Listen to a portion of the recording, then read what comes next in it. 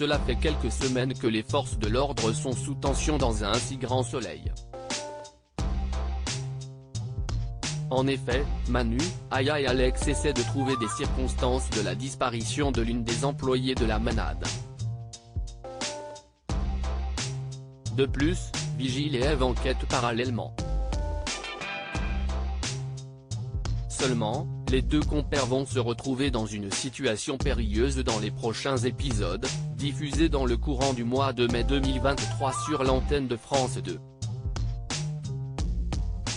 Alix s'inquiète pour son ami dans un si grand soleil. Alix, Nadia Fossier, se dirige au commissariat. Elle souhaite voir Manu, Moïse Santamaria. Elle l'informe de son angoisse au sujet de Virgile, Fred Bianconi.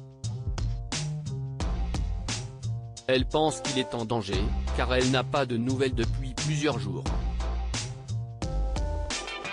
Manu essaie de relativiser face à cette disparition, mais Alix insiste auprès du membre des forces de l'ordre, elle a peur qu'il lui soit arrivé quelque chose. Lorsque la gérante de la galerie d'art lui affirme qu'Eve est partie chercher des preuves avec Virgile à la manade, le visage de Manu change et il est inquiet. Il demande alors le lieu où ils sont allés. Alix répond qu'il voulait se rendre à la manade. Quelques dizaines de minutes plus tard, les soupçons de la copine d'Hélène, Sophie Letellier, se vérifient. En effet, elle a eu raison de se méfier puisque Fred Sauzet et Stéphanie sont sur le chemin et ont séquestré Eve, Emma Colberti, et Virgile. Les deux assassins d'Aline Delclos, France Renard, sont donc arrêtés. Mais Eve va-t-elle être délivrée? Alex part chercher les deux amis, mais il ne parvient pas à les trouver. Chloé à la rue sur l'antenne de France 2. Dans le même temps, Chloé, Randiane Nali, et Evan, Guillaume Delorme, sont en pleine discussion. Après avoir été victime d'une prise d'otage, la greffière de la juge Alphand, Marie-Gaëlle Calle, doit affronter une nouvelle épreuve.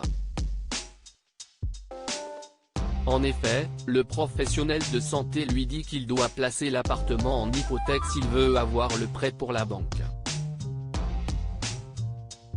Chloé lui souligne qu'elle met en danger le patrimoine avec son projet de clinique privée. Il prend alors le risque d'être ruiné, mais il conseille à sa femme de lui faire confiance. Va-t-il réussir à faire en sorte de convaincre Chloé? L'inédit d'un si grand soleil a séduit 3,11 millions de personnes juste avant le tournoi des Masters de N'oubliez pas les paroles, soit 16,1% de part de marché auprès de l'ensemble du public. La série est en progression de 0,6 points sur une semaine, mais le soap est en recul brutal de 2,2 points sur un an. Cette baisse est à nuancer, car le feuilleton quotidien avait un lead-in différent. En effet, un épisode en rediffusion de Capitaine Marlowe était programmé après le 22 avril 2022.